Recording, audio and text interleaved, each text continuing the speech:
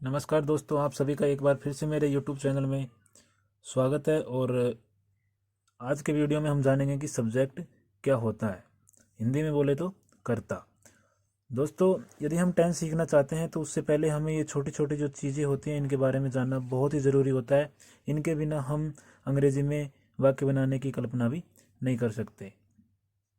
एक तो सब्जेक्ट यानी कर्ता होता है, एक ऑब्जेक्ट यानी कर्म होता है, और एक वर्ब यानी क्रिया होती है। इन तीन चीज़ों के बारे में हमें जानना बहुत ही आवश्यक है और इनके बिना हम वाक्य नहीं बना सकते। तो आज के वीडियो में हम जानेंगे कि सब्जेक्ट अर्थात कर्ता क्या होता है और ये वाक्य में कहाँ पे मिलता है और हम इसकी पहचान कैसे करें। तो सबसे पहले हम इसकी परिभाषा देखते हैं।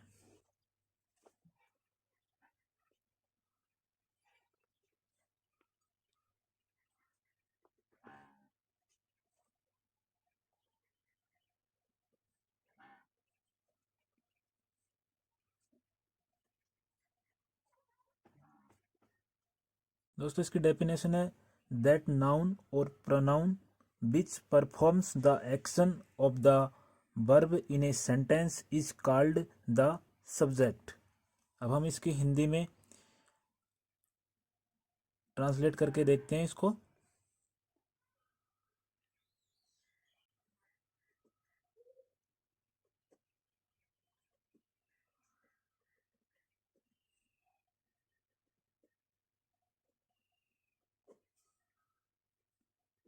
वह संज्ञा या सर्वनाम जो वाक्य में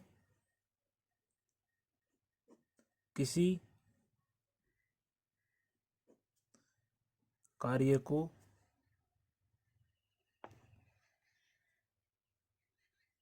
संपादित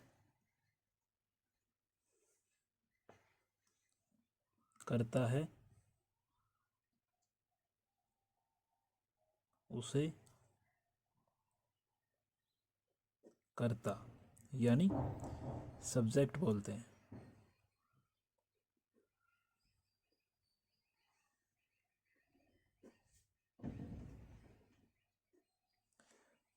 अर्थात वह संज्ञा या सर्वनाम जो वाक्य में किसी कार्य को संपादित करता है कर्ता कहलाता है। हम सीधी भाषा में कहें तो कार्य करने वाले को ही कर्ता कहते हैं। अब इसके कुछ एग्जाम्पल देख लीजिए। जैसे आई प्ले क्रिकेट। अब इसमें दे रखा है आई प्ले क्रिकेट, यानी कि मैं क्रिकेट खेलता हूँ। अब इसमें क्रिकेट खेलने का काम कौन कर रहा है? आई यानी मैं। तो इसमें सब्जेक्ट कौन हुआ? इसमें सब्जेक्ट हुआ आई। दूसरा वाक्य ले लीजिए।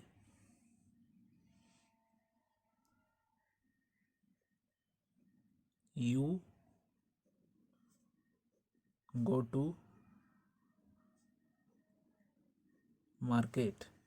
यू गो टू मार्केट, तुम बाजार जाते हो। तो इसमें बाजार जाने का काम कौन कर रहा है? यू, अर्थात इसमें सब्जेक्ट कौन हुआ? यू।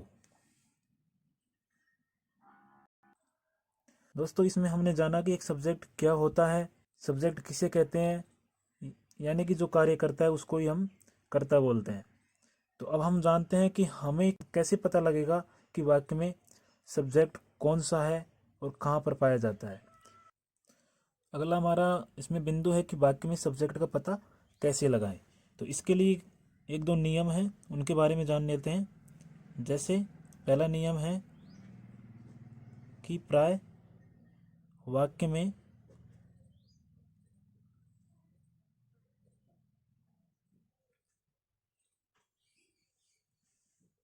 सब्जेक्ट का पता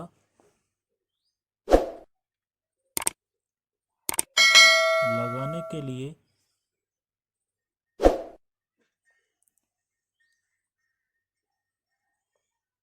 कौन या किसने, इंग्लिश में बोले तो हु यानी कौन, से प्रश्न किया जाता है। फिर हम जब कौन या किसने इससे हम प्रश्न करते हैं तो उस वाक्य में से आंसर निकल के जो आता है वही वाक्य का क्या होता है, कर्ता होता है। जैसे हम ऊपर वाला जो वाक्य था उसी को लेते हैं कि हु डज प्ले क्रिकेट, यानी हमने प्रश्न कर दिया किससे, हु से। अब वाक्य का आंसर क्या था कि आई प्ले क्रिकेट। तो क्रिकेट कौन खेलता था, इसमें मैं क्रिकेट खेलता था, यानी कि आई। तो इसका आंसर क्या निकल के आया, आई। तो इसका मतलब आई क्या हो गया हमारा, आई हमारा सब्जेक्ट हो गया, यानी कर्ता हो गया। आप हिंदी में ही प्रश्न कर सकते हैं, जैसे क्रिकेट कौन खेलता है, या फिर क्रिकेट किसने खेला।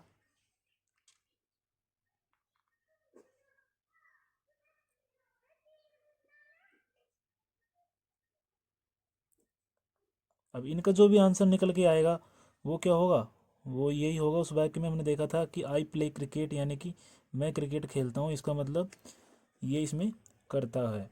दूसरा वाक्य हमने पहले लिया था ये कि यू गो टू मार्केट।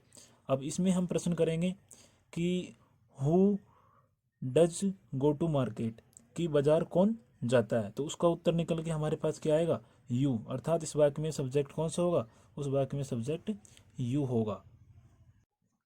अब इसी में हमारा अगला बिंदु है कि यह जरूरी नहीं है कि सब्जेक्ट यानी कर्ता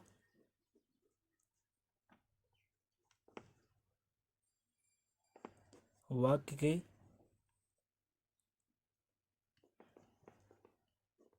शुरू में ही हो, वह वाक्य के बीच में भी मिल सकता है।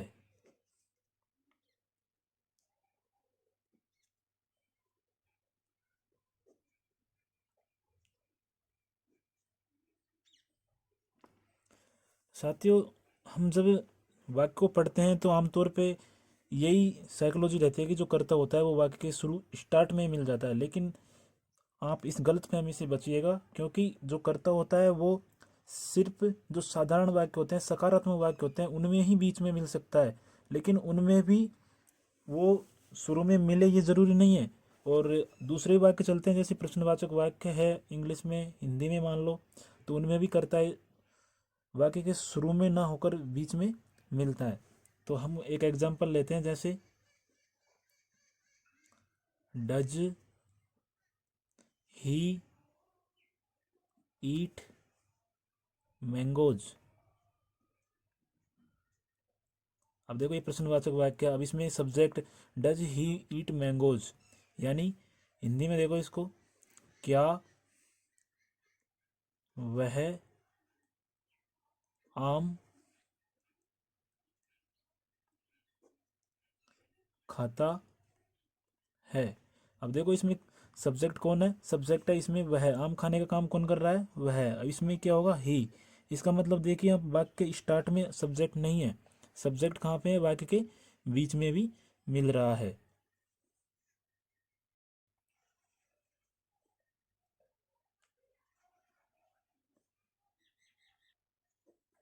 अब तीसरा नियम देखते हैं इसका हम, वो है इम्पेरेटिव सेंटेंस।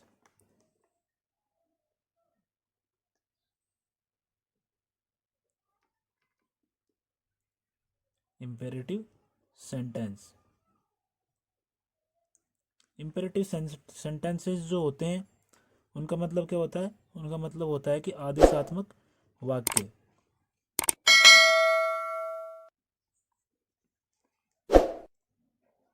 वाक्यों में किसी को आदेश दिया जाता है। तो इम्पेरेटिव सेंटेंस में जो कर्ता होता है वो छिपा हुआ होता है। हाइड मतलब उसमें कर्ता बोला नहीं जाता, लेकिन उसमें एक भाव छिपा हुआ होता है। जैसे एक सेंटेंस है कि कम हेयर, इसका मतलब होता है कि यहाँ आओ।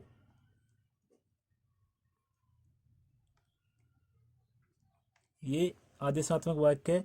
अब इसमें देखो सब्जेक्ट छिपा हुआ है। कौन सा सब्जेक्ट छिपा हुआ है इसमें?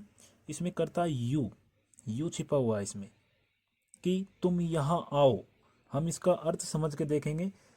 कम हेयर, इसका मतलब हम किसी को बुला रहे हैं कि तुम यहाँ आओ, इसलिए इसमें कौन सा कर्ता छिपा हुआ है? इसमें यू, यानी तुम, ये कर्ता छिपा है,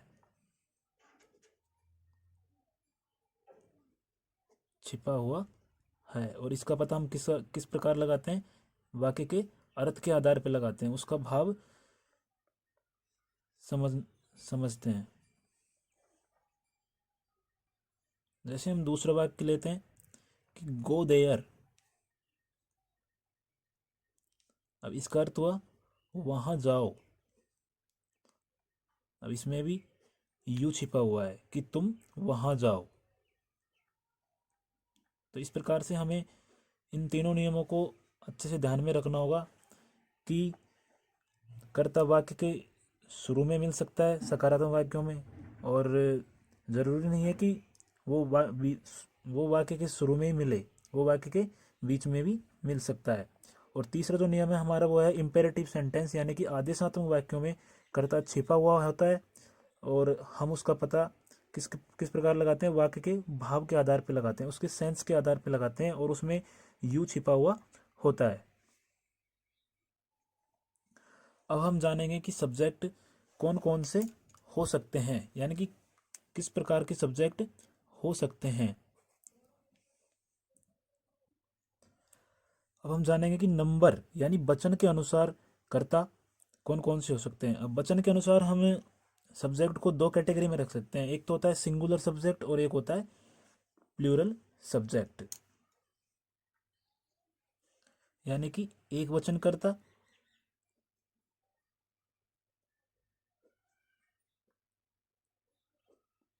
और दूसरा है बहुवचन कर्ता।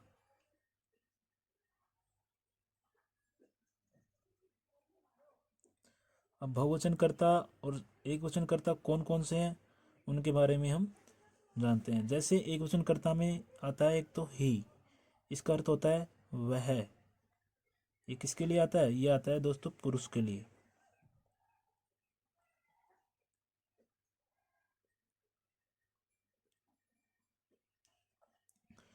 दूसरा होता है सी, इसका भी अर्थ क्या होता है? वह। लेकिन ये किसके लिए आता है? ये स्त्री के लिए आता है। और देखिए जैसे किसी एक व्यक्ति का नाम है, जैसे हम नाम के उदाहरण तौर पे ले लेते हैं कि राम, जैसे हमने ले लिया आर्यन, ये सब क्या है? एक वचन करता है। और इसके अंदर किसी स्थान का भी नाम हो सकता है, कोई वस्तु का भी नाम हो सकता है। जैसे हमने ले लिया टेबल, ये भी क्या है? एक वचन करता है। अब हम बहुवचन कर्ता की बात करते हैं तो इसमें दोस्तों आता है जैसे वी यानी हम, ये बहुवचन करता है। एक है दे, THEY, यानी इसका मतलब होता है वे, ये भी एक बहुवचन करता है। और एक है यू, इसका मतलब तुम, ये भी क्या है? ये भी एक बहुवचन करता है। अब जब दो व्यक्ति एंड से जुड़े हो तो वो भी क्या हो जाते हैं? बहुवचन हो जाते हैं। जैसे हम राम एंड आर्यन को ले लें, ARYAN, यानी कि अभी दोनों एंड से जुड़े हुए हैं, इसका मतलब ये दोनों बहुवचन करता है।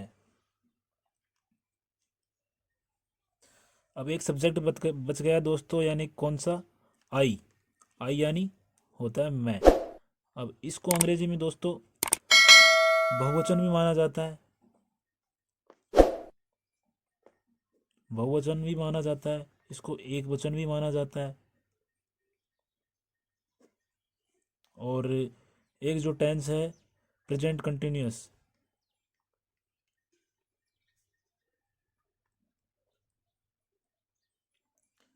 उसमें तो इसके साथ में अलग से ही हेल्पिंग वर्ब आती है, कौन सी, एम। तो आई एक वचन करता भी है, बहुवचन करता भी है, तो इसका थोड़ा ध्यान रखना पड़ेगा। अब हम बात करते हैं पर्सनल प्रोनाउन, यानी कि पर्सनल प्रोनाउन, इसका मतलब होता है व्यक्तिवाचक सर्वनाम।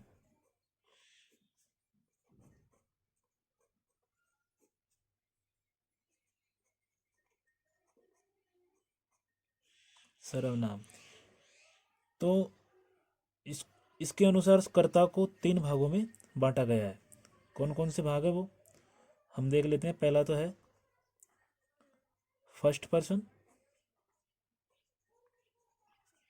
और सेकंड पर्सन, और एक है थर्ड पर्सन।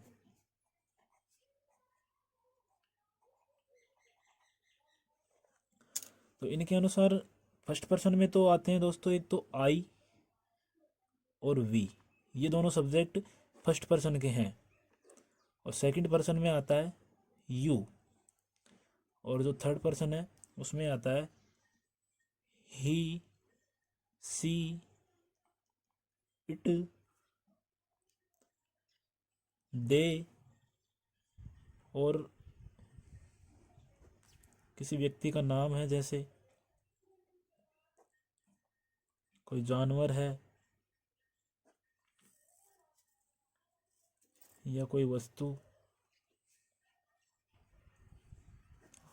आदि सब किस में आते हैं, आदि थर्ड पर्सन में आते हैं। इसका अर्थ आप लोग जानते हैं, तुम होता है, और इसका अर्थ मैं होता ही है, और इसका अर्थ क्या होता है, इसका अर्थ होता है हम। तो दोस्तों इस प्रकार से आज का हमारा ये जो टॉपिक है ये यहीं पे समाप्त होता है, सब्जेक्ट के बारे में था। तो मैं उम्मीद करता हूँ कि आप सभी को अच्छे से समझ में आया होगा।